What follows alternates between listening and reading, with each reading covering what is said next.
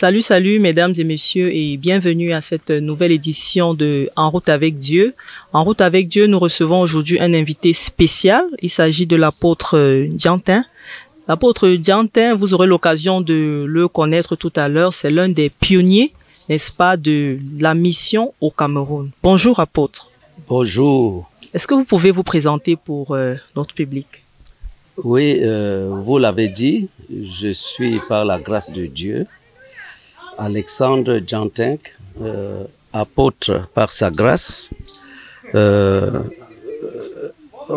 l'un des pionniers de la mission dans notre pays, par sa grâce aussi, coordonnateur général de l'œuvre qui s'appelle l'Association missionnaire internationale, dont l'objectif, comme son nom l'indique, est justement de pérenniser la mission. Est-ce que vous pouvez nous parler, apôtre, excusez-moi de vous couper comme ça, comme vous êtes l'un des pionniers, est-ce que vous pouvez nous parler de quelques réalisations que vous avez faites au Cameroun dans le cadre de la mission? Réalisation en termes de la communication et du salut des âmes.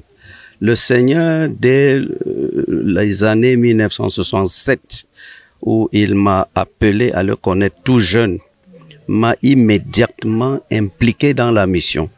Et sa grâce m'a soutenu dans cette mission jusqu'à ce jour, en commençant avec les tout petits, où j'ai servi pendant plusieurs années à encadrer les tout petits enfants, les conduire à Christ, les bâtir dans le cadre de l'école de dimanche qu'on appelait ainsi.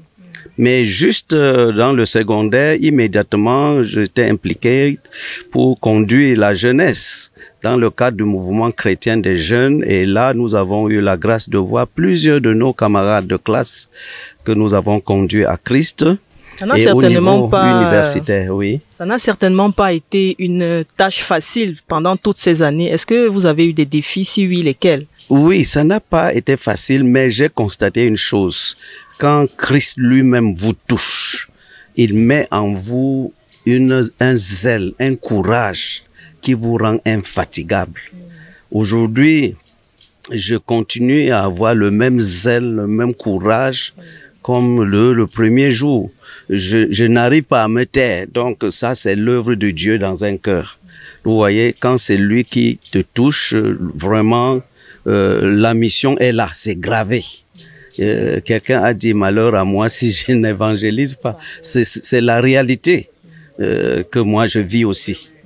Oui. On va regarder ensemble quelques œuvres, quelques activités que vous avez faites dans le cadre de la mission et on se retrouve tout à l'heure.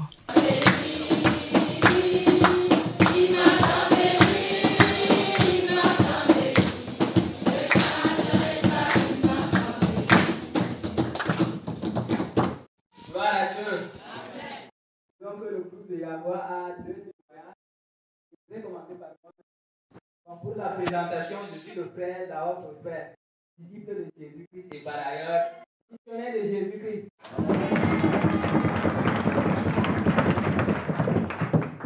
Bon, disons que je dis merci à Dieu pour le programme qui s'est déroulé dans notre assemblée.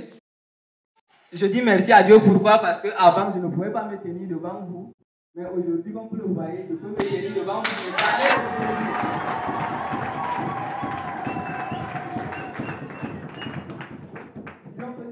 Je dois parler ce que j'ai appris ici. Nous allons parler toute la journée, ça je vous l'assure. Nous allons parler toute la journée. Mais bon, ce qui m'a le plus marqué, c'est ceci. Disons, en mettant en application maintenant les enseignements que j'ai reçus ici, j'ai pu parler de la parole de Dieu aux gens qui sont autour de moi. Et par ma bouche, moi, je ne crois pas, non. Moi, j'ai pu parler aux gens qui ont besoin de moi qui auparavant avait honte de parler de Jésus, mais j'ai parlé à Jésus, aux gens qui ont donné leur vie à Jésus-Christ, et pour cela je dis merci à Dieu.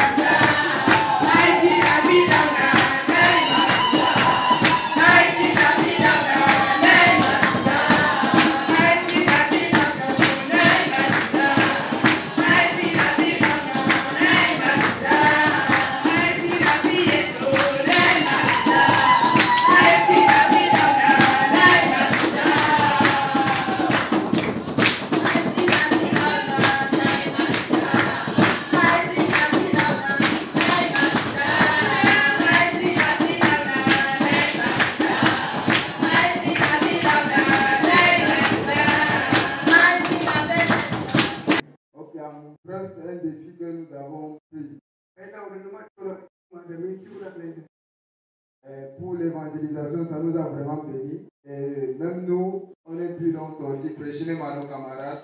On n'avait même pas eu le temps de leur prêcher, donc ça fait vraiment notre joie.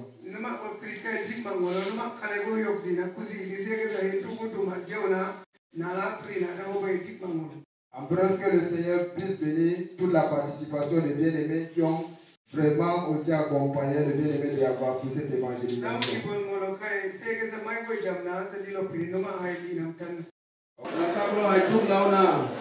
Son amour est incomparable. Il nous garde nous son grand amour.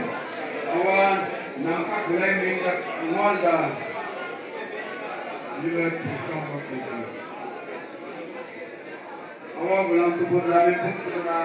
Nous voulons le proclamer. Nous voulons le crier. Il est le roi. Le roi des rois. À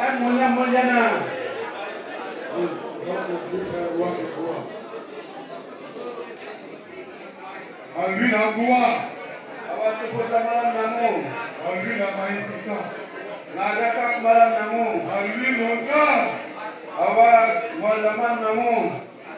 Alors de retour, apôtre Alex, nous vous avons rencontré aujourd'hui dans le cadre d'une conférence à laquelle vous assistez. Cette conférence se tient notamment sur le thème de l'urgence d'une église missionnelle au Cameroun. Alors, pour vous, quelle est l'urgence de la mission au Cameroun? Le Seigneur me l'a dit depuis ma tendre, je dirais, depuis ma tendre régénération pour être enfant de Dieu. Il m'a enseigné que la mission, c'est la vie normale de celui qui est né de nouveau. Vraiment, si bien que ne pas être missionnaire, c'est-à-dire être l'ambassadeur de la communication de cet amour que Dieu a manifesté au monde en lui offrant le moyen du salut, un sauveur. Ne pas aider le monde à être connecté à ce sauveur, vraiment c'est comme si on passe à côté de sa mission. Et là même, le Seigneur m'a enseigné cette réalité que toute église qui n'est pas missionnaire passe à côté de sa vocation. Et comme l'église c'est l'ensemble des croyants, tout croyant qui se réclame de Jésus, mais qui n'est pas impliqué dans la mission, mais il a perdu sa vocation. Et pour moi, Jésus l'a tout dit lorsqu'il dit « Comme le Père m'a envoyé, moi aussi je vous envoie ». C'est-à-dire, nous avons le même ordre de mission que Jésus. Nous avons le même cahier de charge que Jésus. Nous avons les mêmes objectifs à atteindre dans la mission que Jésus. Donc, ne pas être là, comme il a même dit dans Jean 15, que je vous ai appelé, je vous ai établi afin que vous alliez et que vous portez du fruit. Ne pas être en train de porter ce fruit. Pour moi, c'est qu'on n'est plus dans la mission. Suivons quelques temps forts de cette conférence et écoutons ce qui est dit à propos de la mission. On peut dire que ça fait vraiment 13 ans. 2 camps chaque année. Pendant 13 ans, ça fait au moins 26 camps de formation des jeunes. Donc, et le Seigneur a ouvert les portes pour que beaucoup d'âmes soient sauvées et entrent dans le royaume de Dieu. Pour que les églises locales soient aussi réveillées, encouragées et servent le Seigneur.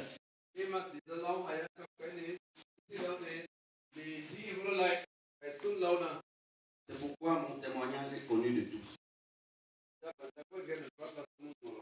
Dieu a fait que je prêche à la radio pendant des années et le témoignage était entendu de tous.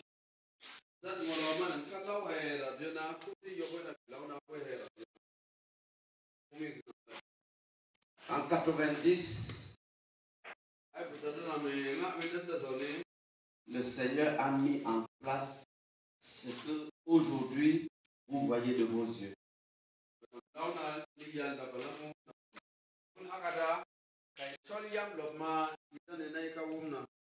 Et il a associé des hommes de Dieu, certains ayant été touchés par l'évangile, ont grandi et sont devenus des puissants hommes de Dieu que le Seigneur utilise.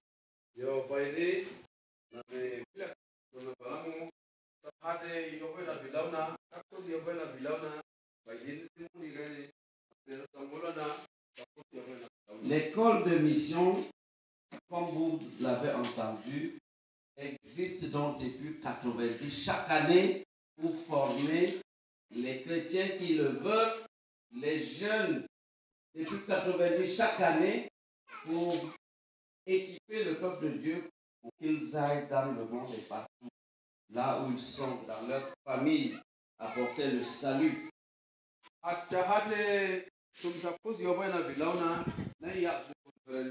L'école de mission.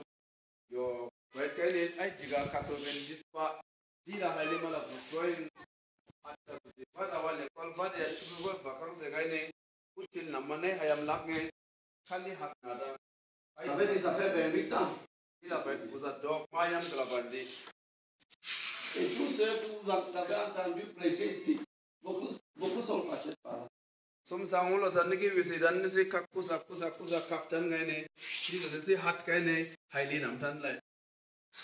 Et je bénis le Seigneur pour leur fidélité. Je bénis le Seigneur pour leur consécration à Dieu. S'il vous plaît, écoutez-moi. Il a lu ça. Je vais revenir sur la suite. Voici ce que nous lisons.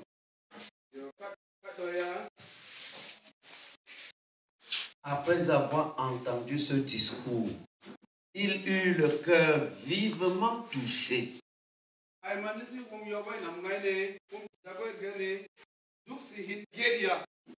Et il dit à Pierre et aux autres apôtres, « Oh frère, que ferons-nous »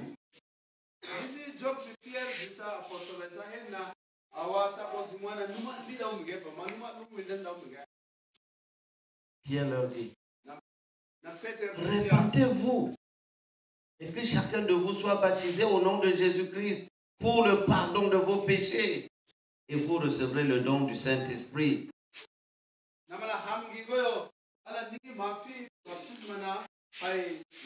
La mission est au cœur même de la vie chrétienne. La mission même, c'est l'essence du chrétien, comme vous le disiez tantôt, apôtre.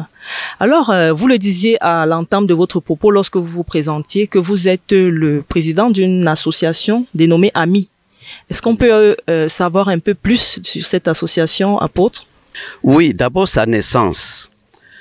Elle est née le 15 décembre 1990.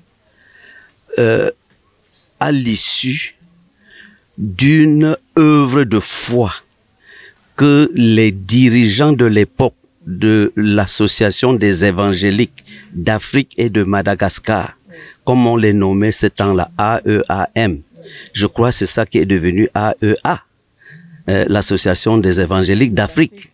Donc, c'est en 90, déjà en 88, ils ont eu la vision que le Dieu de la chambre haute de Acte 2 leur a fait connaître que il était prêt à faire la même chose pour l'Afrique. Et ils ont donc saisi par la foi cette parole et ils ont prié Dieu de rassembler lui-même 120 personnes de toute l'Afrique qui seront à la chambre haute à Nairobi. Donc, et c'était le plus haut, la plus haute salle de conférence d'un hôtel bâti sur une montagne. Donc, pour avoir vraiment la foi qu'ils sont à la chambre haute et que, à cause de ces 120 que Dieu lui-même va rassembler, il pourra répéter l'expérience de Actes pour que ces 120 puissent bouleverser l'Afrique avec l'évangile. Et quels sont les objectifs de l'association AMI? L'objectif, c'est effectivement bâtir, rappeler à l'Église que l'Église n'est pas 4 murs, que l'Église c'est un peuple en mouvement missionnaire dans toutes les directions. Si l'association avait un appel à lancer à nos téléspectateurs, ce serait quoi? Ce serait d'abord, que chacun qui me suit comprenne que Dieu a envoyé son Fils en vue de le récupérer pour faire de lui enfant de Dieu. Et ça se passe par une authentique réconciliation avec ce Jésus que le Saint-Esprit désire nous faire connaître que chacun l'a crucifié. Parce qu'en fait, voilà la conviction qui nous amène au salut. Lorsque le Seigneur, dans sa grâce, au moyen du message de l'Évangile, te fait comprendre que et c'est toi qui as crucifié ce Jésus, alors le cœur vivement touché va chercher la réconciliation avec Jésus. Et une fois réconcilié avec Jésus, Jésus te donne un nouveau cœur, une nouvelle âme, un nouvel esprit, une nouvelle vie. Tu es né de nouveau et tout change. Et alors Jésus te dit, dès cet instant, je te recrute dans mon armée de missionnaires. Parce que je dépose en toi la parole de la réconciliation. Tu viens de te réconcilier avec moi, je fais de toi un ambassadeur de la réconciliation. Va aussi, maintenant, en commençant par tes plus proches, témoigne-leur de comment j'ai eu pitié de toi et montre-leur comment eux aussi peuvent être réconciliés avec moi. Et va de proche en proche, touche tes voisins, touche tes camarades, touche tes collègues de service, touche ton quartier, touche la ville et sois mon missionnaire partout comme celle de la terre. Merci apôtre d'avoir accepté notre invitation aujourd'hui. Je vous en prie. C'était pour vous En route avec Dieu et nous recevons aujourd'hui l'apôtre Alex Ndiantin, l'un des pionniers, n'est-ce pas, de la mission au Cameroun. Nous espérons que vous avez été assez édifiés sur son parcours, sur son œuvre et que vous avez surtout compris le message de l'Évangile en tant que missionnaire de Christ. Sur ce, nous vous souhaitons de passer une agréable fin de journée et d'ici là, portez-vous bien et à la prochaine pour une nouvelle édition de votre programme favori, En route avec Dieu. Shalom. Shalom.